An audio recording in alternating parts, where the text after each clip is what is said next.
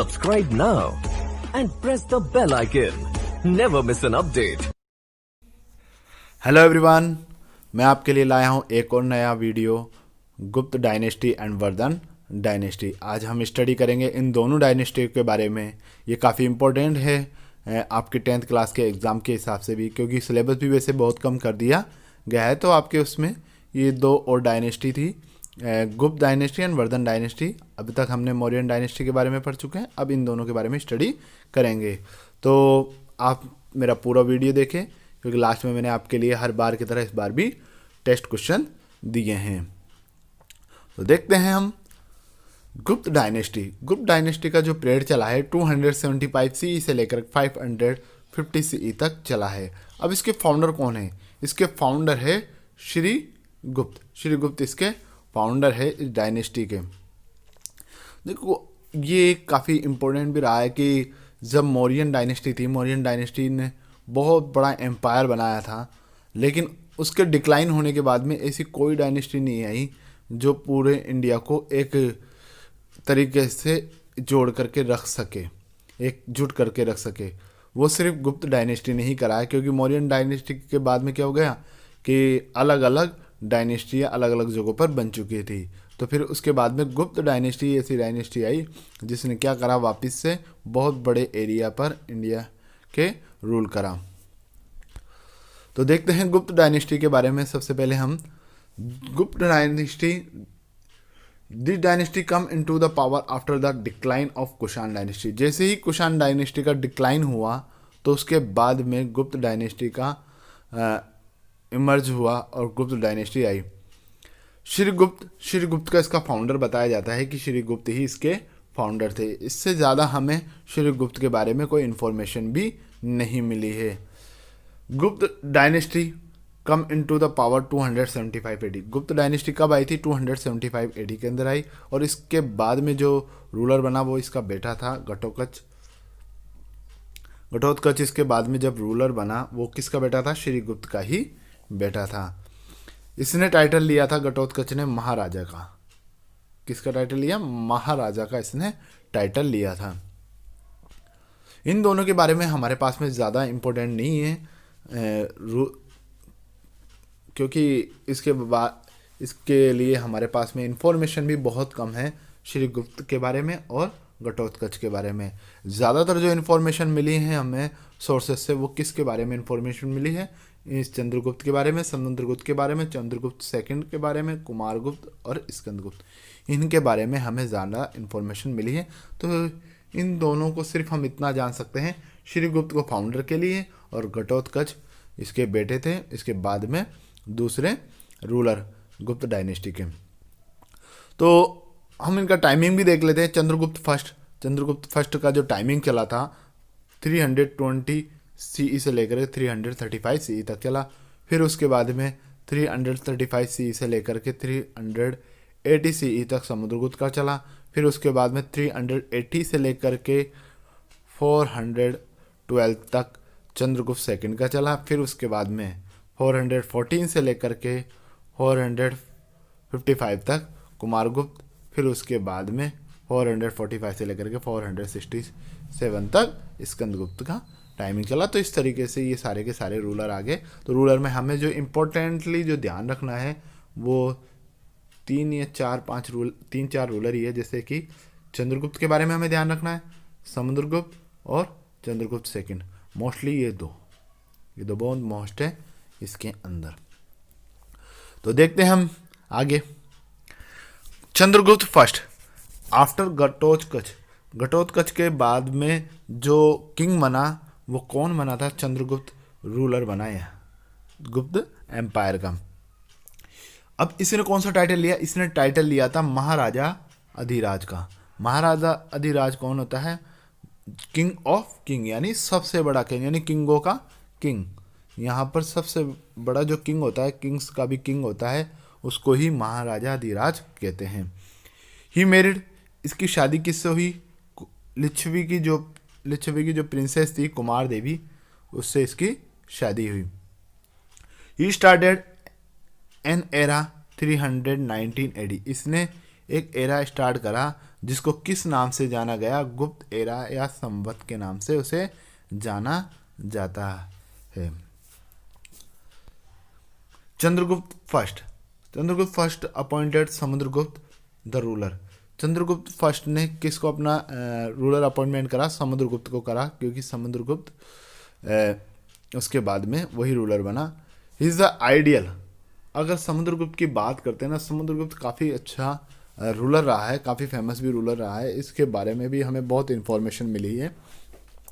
He is the ideal were concurring and unifying the India.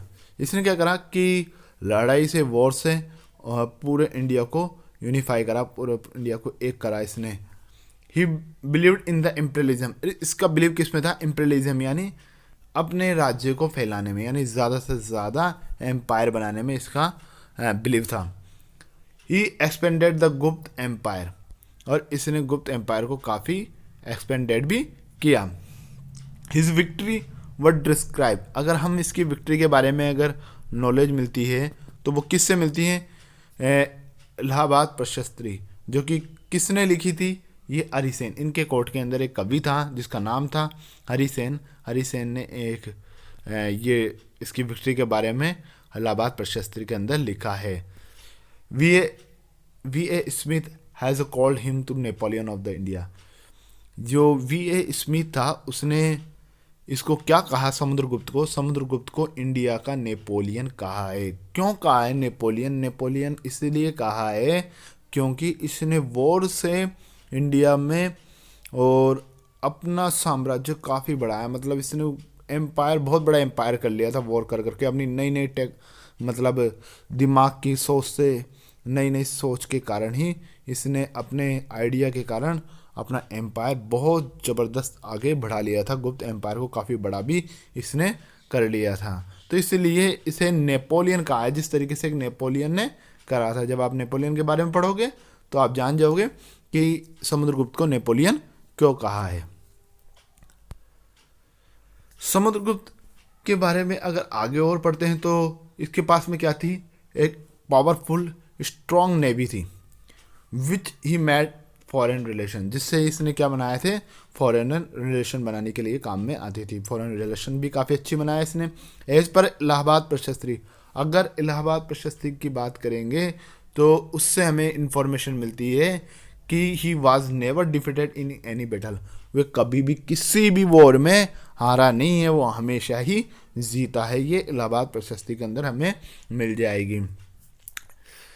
इन प्रयाग प्रशस्त्री, अगर प्रयाग प्रशस्त्री की बात करते हैं तो Samudragupta describe in self as the great grandson of the Srigupta. हमें यहाँ पर प्रयाग प्रशस्त्री से पता चलता है कि जो समुद्रगुप्त था वो किसका ग्रैंडसन था? यहाँ पर ग्रेट ग्रैंडसन था श्रीगुप्त का। He was devotee of Lord Vishnu, ये विष्णु का भक्त था। किसका था? किसका डिवोटी था? विष्णु, लॉर्ड विष्णु का। He was excellent in the fine art, ये आर्ट में भी काफ़ी अच्छा था। He was excellent poet and musician, ये एक अच्छा कवि भी था और म्यूजिशियन भी था। इसे इसलिए पोइट किंग भी कहा जाता है। इसे पोइट किंग भी कहते हैं क्योंकि एक पोइट भी था।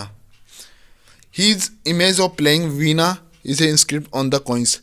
अगर हम इसके कॉइन्स में देखेंगे ना तो वीणा बजाते हुए इसका हमें एक कॉइन्स भी मिलता है, जैसे कि ये वीणा बजाते हुए है। तो ऐसा कॉइन हमें देखने के लिए मिलता है, जिससे पता चलता है कि ये म्यूजिशियन में भी काफ़ी इंटरेस्ट रखता था। ही was the son of Samudragupta. He was the son of Samudragupta and also called Devraj और देवगुप्त। यहाँ पर अगर हम बात करेंगे चंद्रगुप्त सेकंड की, तो चंद्रगुप्त सेकंड समुद्रगुप्त का बेटा था और इसको क्या कहा गया है? इसको देवराज या देवगुप्त भी कहा गया है। देवराजा या देवगुप्त इसको कहा गया है। ही एक्सपेंडेड इज एम्पायर, और इसने अपना एम्पायर कहाँ? मैरिज के जरिए, है ना, मैरिज अलायंस के जरिए इसने अपना एम्पायर बनाया, और विक्ट्रीज कुछ वॉर करके भी कुछ उस वॉरों को जीत करके भी इसने अपना एम्पायर को काफ़ी बढ़ाया, इसने एक्सपेंडेड किया है। He got is daughter, he got is daughter married to Vakataka king Rudrasen, और इसने उस वाकाटाका किंग से अपनी बेटी की शादी की। ही ऑक्यूप्ड मालवा एंड गुजरात, और इसने मालवा और गुजरात इन सबको भी जीत लिया।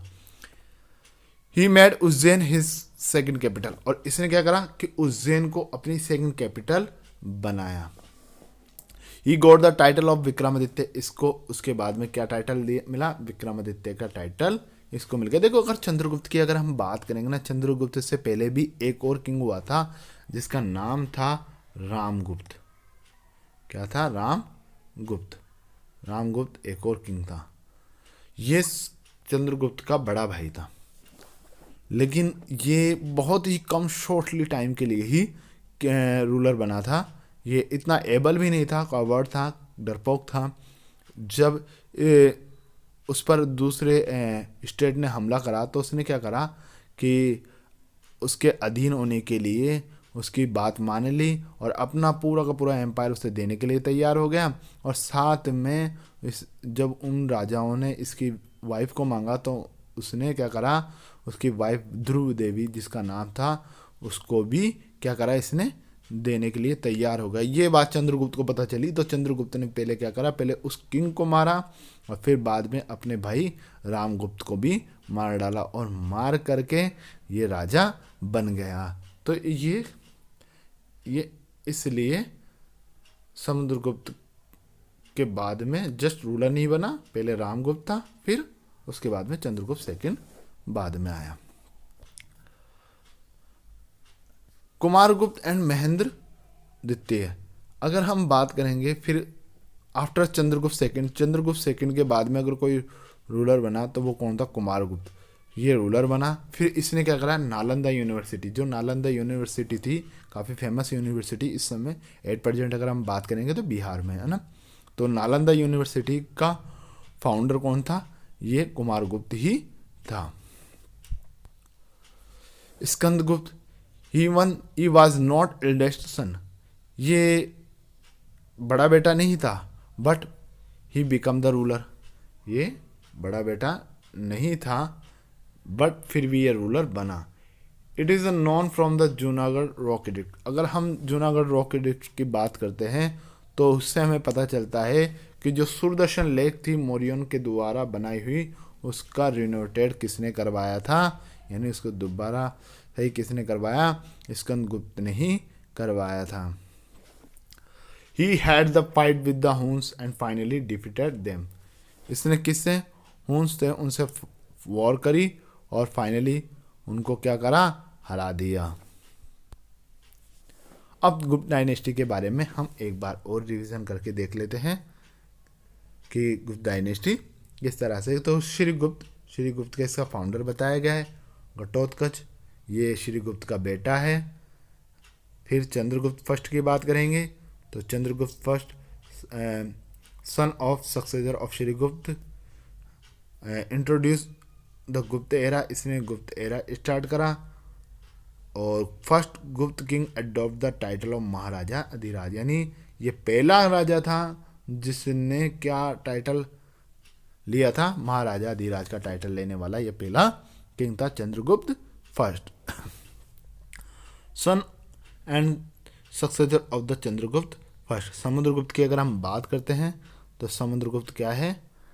चंद्रगुप्त का बेटा और ये सक्सेसर भी, मतलब उसका उत्तराधिकारी भी यही है। परफॉर्म्ड अश्वमेध यज्ञ एंड इशूड गोल्ड कॉइन्स, अगर हम बात करते हैं तो समुद्रगुप्त अश्वमेध यज्ञ करने वाला भी रूलर था, इश्यूड, और इसने क्या करा था? गोल्ड कॉइन्स को स्टार्ट भी करा था। तो ये ध्यान रखना कि जो अश्वमेध यज्ञ करते हैं ना, वो एक काफ़ी पावरफुल किंग ही कर सकता है। क्यों? क्योंकि जहाँ जहाँ तक घोड़ा दौड़ता है, जहाँ जहाँ तक उसका हॉर्स जाता है, वो पूरा का पूरा एम्पायर उसके यहाँ हो जाता है। तो ये काफ़ी पावरफुल राजा ही कर सकता है। तो ये समुद्रगुप्त ने ये अश्वमेध यज्ञ भी करा था और इसने गोल्ड कॉइन भी इशू करे थे। और इसने किसको हराया? शक्स और कुषाण, इन दोनों को इसने हराया था। चंद्रगुप्त सेकंड की अगर हम बात करते हैं, Chandragupta second son and successor of the Samudragupta and Datta Devi. ये किसका बेटा था? ये समुद्रगुप्त का, और दत्ता देवी जो कि समुद्रगुप्त की वाइफ थी और चंद्रगुप्त की मदर। ये he defeated Rudrasen third and annexed is kingdom. इसने रुद्रसेन थर्ड को हरा करके उसे अपनी किंगडम में मिलाया। इट डिफीटेड शख्स एंड एनेक्ट मालवा रीजन। इसने क्या करा? शक और जब मालवा शक को हरा करके क्या करा? मालवा जो रीजन था वो भी अपने अंडर में कर लिया। और ये मालवा रीजन जैसे ही इन्होंने अंडर में करा तो इसको क्या टाइटल मिला? फिर इसने विक्रमादित्य का टाइटल भी ले लिया था। कुमारगुप्त फर्स्ट की अगर हम बात करते हैं तो ये चंद्रगुप्त सेकंड का बेटा भी है, और ही ट्रबल, और इसके किसके साथ वॉर हुए थे? हुन्स के साथ में इसके वॉर भी हो रहे थे। स्कंदगुप्त की अगर हम बात करेंगे तो लास्ट ग्रेट गुप्त रूलर, ये लास्ट ग्रेट गुप्त रूलर था। Succeed by the his brother Purugupta, repaired and restored dams and Sudarshan lake. अगर हम बात करते हैं तो इसने क्या करा कि जो सुदर्शन लेक थी, जैसे इस पर क्वेश्चन भी बन जाते हैं, वो नॉट सुदर्शन लेक, तो स्कंदगुप्त जो मौर्य के द्वारा जो बनाई गई थी सुदर्शन लेक, उसको रिनोट करने वाला भी, रिस्टोर करने वाला भी कौन था? यही स्कंदगुप्त था। अब देखते हैं हम यहाँ पर एम्पायर अगर हम देखना चाहें ना, तो चंद्रगुप्त जो फर्स्ट था उसने ये ब्लू कलर का ये जो एरिया था इतना एम्पायर बनाया था। और जो इंडिया का नेपोलियन था समुद्रगुप्त ने कितना बड़ा एम्पायर बनाया? ये पूरा का पूरा जो एम्पायर बनाया, ये किसने बनाया? ये पूरा का पूरा समुद्रगुप्त ने, जिसे इंडिया का क्या कहा गया है? नेपोलियन भी कहा गया है। फिर उसके बाद में चंद्रगुप्त सेकंड, जो विक्रमादित्य की हम बात करें, उसने ये एम्पायर इधर से गुजरात और मालवा वाला एरिया भी अपने अंडर में कर लिया। मतलब काफ़ी बड़ा एम्पायर इन्होंने बना लिया था। Culture achievement. अब गुप्ता टाइम में कौन कौन से कल्चर चले हैं उनके बारे में भी हम, कौन कौन से कल्चर अचीवमेंट थे उनके बारे में स्टडी कर देते हैं। Gupta rule is regarded as a golden period in Indian history. अगर इंडियन हिस्ट्री की बात करते हैं तो जो गुप्त पीरियड था वो एक गोल्डन पीरियड माना जाता है। गुप्त ruler were follower of the वैदिक रिलीजन। ये किसके फॉलोवर्स है? वैदिक रिलीजियस को फॉलो करने वाले थे। समुद्रगुप्त एंड कुमारगुप्त। समुद्रगुप्त ने और कुमारगुप्त ने क्या परफॉर्म करा था? अश्वमेध यज्ञ भी करा इन्होंने। और and supported the Buddhism and Jainism. इन्होंने बुद्धिज्म को भी सपोर्ट करा और जैनिज्म रिलीजन्स को भी सपोर्ट करा। और इनके टाइम पर एक फर्स्ट जो चीनी ट्रेवल की हम बात करते हैं हायन, वो इन्हीं के टाइम पर आया था। चंद्रगुप्त सेकंड के टाइम पर कौन आया? हायन, जो चीनी ट्रेवलर था। The burden of taxes was very less. इसके टाइम पर जो टैक्स का बर्डन था वो बहुत ही कम था। Sanskrit was the official language, और संस्कृत यहाँ की क्या थी? ऑफिशियल लैंग्वेज भी थी। इसलिए गुप्त डायनेस्टी को क्या कहते हैं कि इसे संस्कृत पीरियड भी माना जाता है, कि संस्कृत उस समय सबसे ज़्यादा मेन थी तो लैंग्वेज में, तो इसे संस्कृत के लिए एक गोल्डन पीरियड भी माना गया है। फिर दूसरी अगर हम बात करते हैं तो काफ़ी बड़े बड़े जो राइटर थे, वो पोइट थे, वो भी उसी समय थे, जैसे कालिदास, विशाखादत्त और अमर सिंह। ये भी किस टाइम पे थे? ये भी गुप्त पीरियड के टाइम के ही थे। रामायण, महाभारत और मनुस्मृति ये सब कब लिखी गई? ये सब भी गुप्त डायनेस्टी के टाइम पर ही राइट हुई है। और ग्रेट मैथमेटिशियन की अगर हम बात करते हैं तो एस्ट्रोनॉमर्स भी वो कौन थे इंडिया के? आर्यभट्ट, ब्रह्मगुप्त, ब्राह्मीर, ये सब भी इसी टाइम के थे। यानी का एस्ट्रोलॉजी के अंदर और मैथमेटिक्स के अंदर भी उस समय गुप्त पीरियड काफ़ी सक्सेसफुल रहा था, क्योंकि बड़े बड़े जितने भी अगर हम बात करें पोइट्स की या फिर हम कहें साइंटिस्ट उस समय एस्ट्रोलॉजिकल जो भी थे, आर्यभट्ट, ब्रह्मगुप्त, ब्राह्मीर, यानी जो ज़ीरो का इन्वेंशन करने वाले आर्यभट्ट है, जिसने हमें बताया और अर्थ के बारे में बताया कि अर्थ राउंड करती है ना, ये सब के सब किसने बताया हमें? ये सब गुप्त पीरियड के टाइम पर जो एस्ट्रोलॉजर थे उन्होंने ही हमें ये सारी इन्फॉर्मेशन दी है। Decimal system was the invention in this period. अब जो डेसिमल सिस्टम था वो भी कब, इसी पीरियड के अंदर हुआ है। आयरन पिलर की अगर हम बात करते हैं, ये रहा आयरन पिलर दिल्ली के अंदर, वो भी कब बना, इसी पीरियड के अंदर बना है। ये भी काफ़ी, ये आयरन पीरियड जब से तब का बना वो आज तक इतना वैसा का वैसा ही है जैसे गुप्त एम्पायर के अंदर बना था, मतलब बिल्कुल भी जंग नहीं का है। तो हम जान सकते हैं, हम सोच समझ सकते हैं कि उस समय कितनी ज़बरदस्त टेक्नोलॉजी थी कि जब का बना हुआ पिलर, जो आयरन पिलर है, आज तक इस पर एक भी जंग नहीं लगी है। मतलब कि जैसा पहले था वैसा का वैसा है, सर्दी गर्मी बरसात सब में ऐसा का ऐसा ही ये रहा। इतने साल इतने इसे बीत गए लेकिन इसमें कोई चेंजेस नहीं आया। तो ये भी एक काफ़ी बड़ा अचीवमेंट माना जाता है गुप्त डायनेस्टी का। अब यहाँ पर जैसे कि हम देख लेते हैं कालिदास जी के बारे में, विशाखादत्त के बारे में, जिन्होंने मुद्र राक्ष लिखा। लेकिन ये जो इसने लिखा है ना विशाखादत्त ने, ये मौर्यन एम्पायर के बारे में बताता है, मौर्यन डायनेस्टी के बारे में बताता है किस तरीके से कि मौर्यन डायनेस्टी कैसी थी।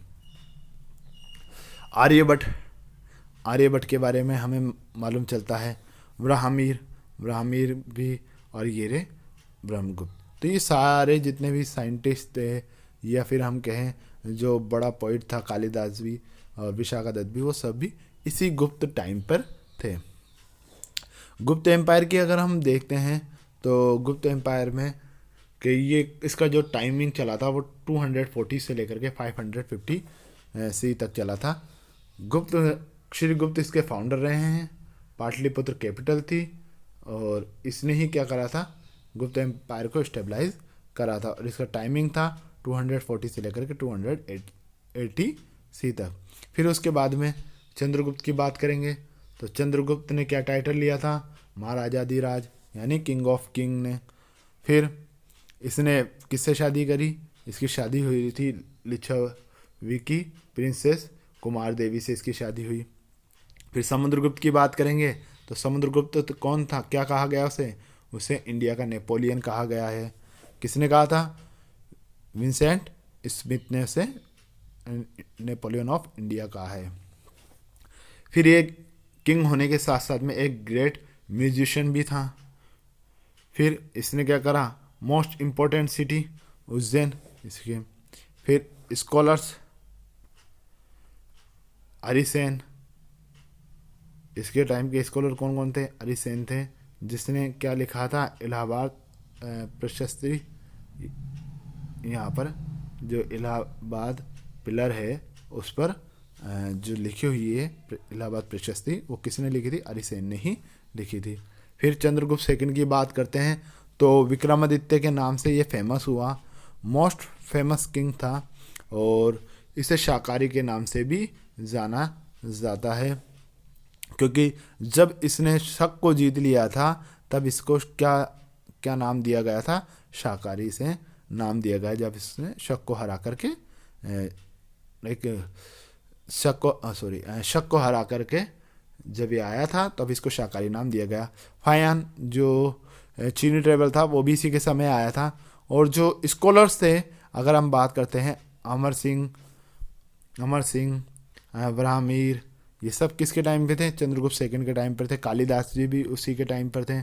कालिदास जी ने जो बुक लिखी, ध्यान रखना ये कई बार पूछ लेता है एग्जाम में कि कालिदास जी ने कौन कौन सी बुक लिखी है, तो ये एक मेघदूत, रघुवंशम, कुमार शंबरनम और आर्यभट्ट भी उसी टाइम पे थे। आर्यभट्ट ने क्या करा, इन्वेंशन करा जीरो का। फिर बुक लिखी सूर्य सिद्धांत इसने। और सेकंड जो कैपिटल बनी थी वो किसको बनाई थी, उज्जैन को। और नॉन फॉर हिंदू आर्ट, और ये किसके लिए जाना जाता था, हिंदू आर्ट के लिए भी जाना गया है। अब society in the Gupta period, अगर गुप्ता पीरियड की सोसाइटी की बात करते हैं ना तो सोसाइटी 4 पार्ट में डिवाइडेड थी। जो पहली सोसाइटी थी वो कौन सी थी, ब्राह्मण, फिर दूसरी क्षत्रिय, तीसरा वैश्य और चौथा शूद्र। इस तरीके से फर्स्ट ब्राह्मण, सेकंड क्षत्रिय और थर्ड वैश्य और फोर्थ शूद्र। इस तरीके से इन्होंने सोसाइटी को डिवाइडेड कर रखा था। इन रिलीजियस एक्टिविटी, अगर रिलीजियस एक्टिविटी की बात करते हैं तो presence of the wife along with the husband was mandatory. यहाँ पर रिलीजियस एक्टिविटी के अंदर ये था कि जो वाइफ थी वो हस्बैंड के यहाँ पर जो भी एक्टिविटी थी, रिलीजियस एक्टिविटी, उसमें क्या था कि वाइफ की प्रेजेंट ज़रूरी थी। मतलब कि हस्बैंड जो भी होंगे ना वो वाइफ के साथ में ही रिलीजियस एक्टिविटी में पार्टिसिपेट करेंगे, ये ज़रूरी था, मैंडेटरी कर दिया था वहाँ पर इन्होंने। Women had important place in the society, women की काफ़ी अच्छी इम्पोर्टेंस थी सोसाइटी के अंदर। Veil system was not prevalented, veil system यानी हो गया यहाँ पर पर्दा प्रथा, जो पर्दा होता है ना वो पर्दा प्रथा भी वहाँ पर प्रचलन में नहीं थी। 8 type of the marriage were prevalent, 8 type की मैरिज यहाँ पर थी।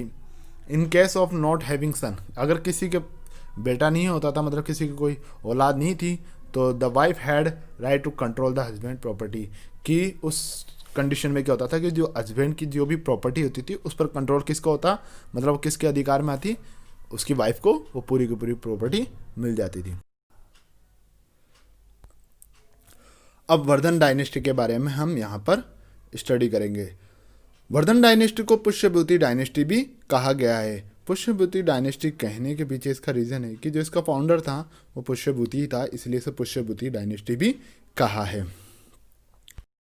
तो इस डायनेस्टी को पढ़ने से पहले मैं आपको कुछ चीज़ें बता देता हूँ मैप के अंदर, उस चीज़ों को आप ज़रूर ध्यान रखना, क्योंकि ये हमारे आगे आगे आएगी, तो आपको पता रहना चाहिए, जिससे हमें समझने में काफ़ी आसानी रहेगी। देखो कि यहाँ पर जो ये डायनेस्टी आई थी वर्धन डायनेस्टी, क्योंकि गुप्ता डायनेस्टी का जब डिक्लाइन हो गया तो उसके बाद में वर्धन डायनेस्टी आई। वर्धन डायनेस्टी जो स्टेबलाइज हुई थी वो कहाँ से हुई थी, यहाँ हरियाणा के पास।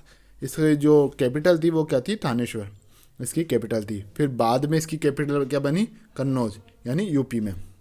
पहले हरियाणा में थी, फिर बाद में कन्नौज यूपी के अंदर इसकी कैपिटल बनी। तो ये ध्यान रखना है हमें। फिर इधर चालुक्य किंग, ये जो चालुक्य के जो ये पूरा का पूरा जो एरिया है चालुक्य का, ये हमें ध्यान रखना है। ये इस तरीके से यहाँ पर जो ये जा रही है, इधर एक नर्मदा रिवर का भी बताया हुआ है। तो जो इसका किंग था वो कौन था, पुलकेतिन सेकंड। और इधर हमें ये पश्चिम बंगाल की साइड, इधर बांग्लादेश, इधर ये गौड़ किंग था शशांक, है ना, इसका हमें ध्यान रखना। और एक ये मालवा, ये सारे के सारे जो रीजन्स मैंने आपको बताया इसका हमें ध्यान रखना, क्योंकि जब हम ये वर्धन डायनेस्टी पढ़ेंगे तो ये आगे आएंगे, और ये जब आपको पता होंगे तो समझने में काफ़ी आसानी रहेगी। अब देखते हैं कि जो इसके फाउंडर था वर्धन डायनेस्टी का, पुष्यभूति डायनेस्टी का, वो कौन था। पुष्यभूति ही इसका फाउंडर रहा है। अब पुष्यभूति के बाद में जो मेन जो रूलर रहा है वो कौन था, प्रभाकर वर्धन। कौन था, प्रभाकर वर्धन इसका मेन रूलर रहा है। उसके बीच में भी पुष्यभूति और प्रभाकर वर्धन के बारे में, लेकिन वो कोई इंपॉर्टेंट नहीं है। जो इंपॉर्टेंट थे वो कौन थे, प्रभाकर वर्धन। अब प्रभाकर वर्धन से की अगर हम बात करते तो प्रभाकर वर्धन के 3 औलाद थी। उनमें 2 बेटे थे, एक राज्यवर्धन, एक अश्ववर्धन, और एक बेटी थी, एक डॉटर थी, और 2 क्या थे इसके सन थे, है ना। ये डॉटर राजश्री, इसका क्या कर दिया जाता है, यहाँ पर प्रभाकर वर्धन जब मर जाता है तो उसके बाद में जो राजा बनता है वो कौन बनता है, राज्यवर्धन। और जो राजश्री रहती है, राजश्री की शादी किससे कर दी जाती है, ग्रहवर्मन से शादी कर दी जाती है। कन्नौज का जो राजा रहता है, यानी जो मैंने अभी आपको बताया था ना कि सेकंड जो कैपिटल थी यहाँ पर, ये रहा कन्नौज, जो बाद में कैपिटल बन गई थी, किसकी बनी थी, वर्धन डायनेस्टी की कैपिटल बन गई थी। पहले Thaneshwar first capital, second capital Kannauj. तो यहाँ पर ये क्या करते हैं, ग्रहवर्मन से शादी कर देते, किसकी, राजश्री की, जो प्रभाकर वर्धन की बेटी है। राजश्री की शादी ग्रहवर्मन से हो जाती है। तो यहाँ पर ये क्या करता है कि ये दोनों, जो मालवा का किंग था देवगुप्त और बंगाल का जो किंग था शशांक, गौड़ रूलर, ये रहे, ये मालवा और ये गौड़ रूलर, है ना, यहाँ का शशांक, ये ध्यान रखना, ये दोनों मालवा और ये गौड़, ये दोनों क्या थे, आपस में फ्रेंड थे। तो यहाँ पर ये क्या करता है, देवगुप्त अटैक करता है किस पर, ग्रहवर्मन पर, इधर कन्नौज पर अटैक करके ग्रहवर्मन की हत्या कर देता है, मतलब इसको मार डालता है। इसको मारने के बाद में क्या करता है, ये राजश्री को भी किडनैप कर लेता है और ये इसको ले जाता है। जब ये बात राज्यवर्धन को पता चलती है तो राज्यवर्धन क्या करता है, गुस्सा हो जाता है, और राज्यवर्धन गुस्सा होकर के अब ये बदला लेने की सोचता है। और ये बदला लेने के लिए क्या करता है, राज्यवर्धन इसको देवगुप्त को क्या कर देता है, यहाँ पर मार देता है। जब देवगुप्त को ये मार देता है तो शशांक जिसका दोस्त था, किसका, देवगुप्त का दोस्त कौन था, फ्रेंड था ना यहाँ पर शशांक, ये क्या करता है, ये बदला लेने की सोचता है। तो ये चुपके से अटैक करता है एक तरीके से और इसे मार देता है राज्यवर्धन को। यहाँ पर ये इसको मार देता है। अब जब ये इसकी हत्या कर देता है, किल कर देता है, तो ये हर्षवर्धन क्या करता है, इसके बाद में राजा बन जाता है। और हर्षवर्धन राजा बनने के बाद में इसके सामने बड़ी समस्या हो जाती है कि पहले तो अपने भाई का बदला लेना है इसे, किससे, अपने भाई का बदला लेना है, शशांक को मारना है। फिर दूसरा यहाँ पर ये क्या था कि इसकी जो सिस्टर थी राजश्री, उसको भी फाउंड करना है कि वो कहाँ गई। तो ये क्या करता है कि हर्षवर्धन इसको मारता है, शशांक को। ये एक पॉलिटिकल राजनीति बनाता है। फिर उसके बाद में ये क्या करता है, इसको शशांक को, जो बंगाल का जो रूलर था, इसको मार डालता और फिर बाद में राजश्री को भी ये ढूंढ लेता है। फिर ये काफ़ी बड़ा अपना एम्पायर बढ़ाता चला जाता है और अपना एम्पायर बढ़ाते बढ़ाते ये साउथ रीजन तक पहुंचता है। और जैसे ही साउथ रीजन में जाता है चालुक्य रूलर, तो वहाँ पर पुलकेशिन सेकंड था, वो काफ़ी पावरफुल था। और यहाँ पर ये क्या करता है, ये साउथ के अंदर जो चालुक्य रूलर था ये काफ़ी पावरफुल था, तो इसने हर्षवर्धन को क्या करता है, ये हरा देता है। और इसको कहाँ रोक देता है, नर्मदा रिवर, यानी ये रहा, ये चालुक्य एरिया में ये अपना एम्पायर बढ़ाता हो जाता है और यहाँ तक ये पहुँचता है। जैसे ही पहुँचता है तो इसको हरा दिया जाता है यहाँ पर चालुक्य किंग के द्वारा और इसे लौटना पड़ जाता है। तो इस तरीके से ये पूरी की पूरी डायनेस्टी है। तो आई होप आपको समझ में आ गई होगी डिस्कशन से। अब हम इसको पढ़ते हैं। This dynasty was founded by the Pushyabhuti. ये पुष्यभूति द्वारा ये डायनेस्टी 6th सेंचुरी के लगभग, यानी 6th सेंचुरी के आसपास ही ये डायनेस्टी बनी। और इसकी कैपिटल क्या थी, थानेश्वर इसकी कैपिटल थी। बाद में जो कैपिटल बनी, इनिशियल कैपिटल थानेश्वर, बाद में जो कैपिटल बनी थी वो क्या थी, कन्नौज। सेकंड कैपिटल इनकी कन्नौज बनी, जो आपको मैप में मैंने अभी बताया था। पुष्यभूति जो फाउंडर था वो किसका वर्शिपर था, मतलब किसको मानता था, लॉर्ड शिव, यानी शंकर भगवान को, जिनको उनको मानता था। इस डायनेस्टी के 3 मेन रूलर है, एक तो प्रभाकर वर्धन, एक राज्यवर्धन और एक हर्षवर्धन।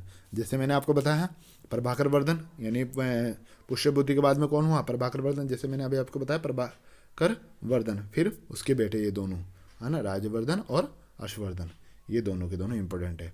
राज्यवर्धन जैसे ही राजा बनता है तो इसके फादर प्रभाकर वर्धन की डेथ के बाद में तो क्या होता है, राज्यवर्धन को किसके द्वारा मार दिया जाता है, गौड़ बंगाल का जो रूलर था शशांक। मैंने अभी आपको बताया ये शशांक के द्वारा मार दिया जाता है। इसको क्यों मार दिया जाता है, मैंने आपको कारण भी बताया था कि बदला लेने के लिए मार दिया जाता है।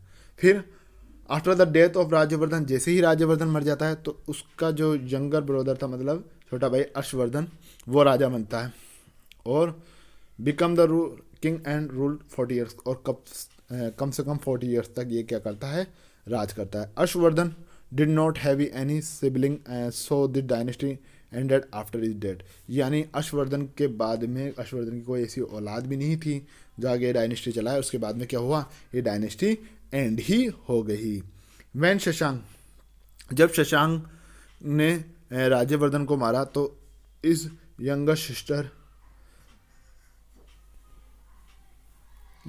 Rajshree left home and went to the some unknown palace to save her life, but Harshvardhan found her later। लेकिन क्या करता है, जैसे ही शशांक राज्यवर्धन को मार देता है तो उसकी जो सिस्टर थी राजश्री, वो क्या करती है, घर छोड़ करके चली जाती है। अब यहाँ पर इसके सामने समस्या हो जाती है कि वो अपनी लाइफ को बचाने के लिए राजश्री घर छोड़ के चली जाती है। तो हर्षवर्धन क्या करता है, राजा बनते ही पहले तो बदला लेता है, शशांक को मारता है, फिर उसके बाद में अपनी बहन को भी सर्च कर लेता है, उसको मिल जाती है। He signed and friendship treaty with the Bhaskar Varman the king of Kamrup Assam, यानी आसाम को उस टाइम पर क्या बोला जाता था, कामरूप, क्या कहते थे आसाम को, कामरूप। ये क्या करता है, जो कामरूप यानी आसाम का जो किंग था, ये यहाँ पर इस जगह पर, ये यहाँ पर जो आसाम था इस समय कामरूप, उसके साथ में क्या कर लेता है, फ्रेंडशिप कर लेता है। और फ्रेंडशिप करके क्या करता था, इसको हराने के लिए जो शशांक रूलर है ना, इधर से कि तुम अटैक करोगे, इधर से मैं करूँगा, दोनों तरफ से इसे अटैक करेंगे और शशांक को यहाँ पर हम हरा देंगे। तो उसकी सहायता से क्या करता है, ये कामरूप के किंग की हेल्प से जो गॉड किंग था शशांक, उसको मार डालता है। फिर हर्षवर्धन की बात करते हैं, तो हर्षवर्धन क्या करता है, he sent large army against the Shashank, ये शशांक से वॉर करने के लिए क्या करता है, एक बड़ी आर्मी भेजता है। इन साउथ हिज आर्मी वर, और साउथ के अंदर ही क्या करता है, his army were force the two the return from the bank of river Narmada by the Pulakeshin second. अब जैसे ही अपना साउथ के अंदर एम्पायर बढ़ाना चाहता था, तो वहाँ पर क्या करता है, पुलकेशिन जो सेकंड था चालुक्य रूलर, वो है ना, जैसे ये बताया आपको मैंने, ये रहा चालुक्य एम्पायर, यहाँ पर इसका किंग था पुलकेशिन सेकंड। ये क्या करता है, नर्मदा रिवर के पास में, यानी एमपी के यहाँ पर इसको रोक लेता है। He was the given title of Maharaja Dhiraj, और इसने अपने आप को क्या टाइटल दिया था, महाराजा धीराज का टाइटल दिया था, king of king. He was worshipper, अब ये किसका डिवोटी था, ये शिव और सन, इन दोनों को मानता था, इनकी पूजा करता था। कन्नौज वाज द कैपिटल, इसकी जो कैपिटल थी वो क्या थी, कन्नौज थी। पहले थानेश्वर थी हरियाणा में, फिर बाद में यूपी के अंदर कन्नौज इसकी कैपिटल बन गई। He use to organize a big ceremony, ये क्या करता था, हर 5 साल में, यानी हर एवरी 5 ईयर के अंदर ये एक सेरेमनी करता था, बड़ी सेरेमनी, है ना, प्रयाग के अंदर, प्रयाग। और उस समय ये क्या करता था, जब भी ये सेरेमनी करता था तो बहुत बड़ी तादाद के अंदर, यानी बहुत बड़ी अमाउंट में ये चैरिटी और वेलफेयर वर्क करता था, मतलब समाज की भलाई के लिए ही ये कार्य करता था इस बिग सेरेमनी में।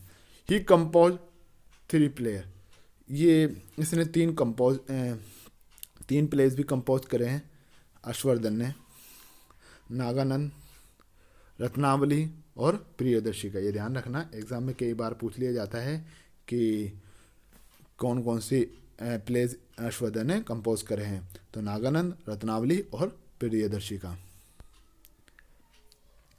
हर्षवर्धन के टाइम की अगर हम बात करेंगे तो एक बहुत बड़े पोइट भी थे, राइटर, जिसको बाणभट्ट, जिसको क्या कहा गया, बाणभट्ट है, जिसने हर्षचरित्र लिखा है। हर्षचरित्र से हमें पता चलता है किसके बारे में, हर्षवर्धन के बारे में पता चलता है। और उसी टाइम पर जो सेकंड चाइनीज ट्रेवलर था, जिनके बारे में हमने पढ़ा है, फर्स्ट हयान किसके टाइम पे आया था, वो तो चंद्रगुप्त सेकंड के टाइम पे आया था, और जो सेकंड जो चाइनीज ट्रेवलर था हुनसेंग, वो कब आया था, वो 6th सेरेमनी, यानी इसके कम से कम 40 ईयर्स तक इसने रूल करा, तो 30 ईयर्स के, क्योंकि एवरी 5 ईयर में ये कर रहा है, तो 6th सेरेमनी होगी। फर्स्ट सेरेमनी 5 ईयर में एक बार होती है, तो 6th सेरेमनी, यानी कम से कम इसके रूल के 30 ईयर्स में, हर्षवर्धन के में ये आया था हुनसेंग, ये रहा हुनसेंग, और ये बाणभट्ट के बार एग्जाम में पूछ लेता है, ये ध्यान रखना, इंपॉर्टेंट भी है ये दोनों कि बाणभट्ट ने कौन सी बुक लिखी, हर्षचरित्र, और चाइनीज ट्रेवल, कौन सा चाइनीज ट्रेवल भारत में आया था हर्षवर्धन के टाइम पर, हुनसेंग।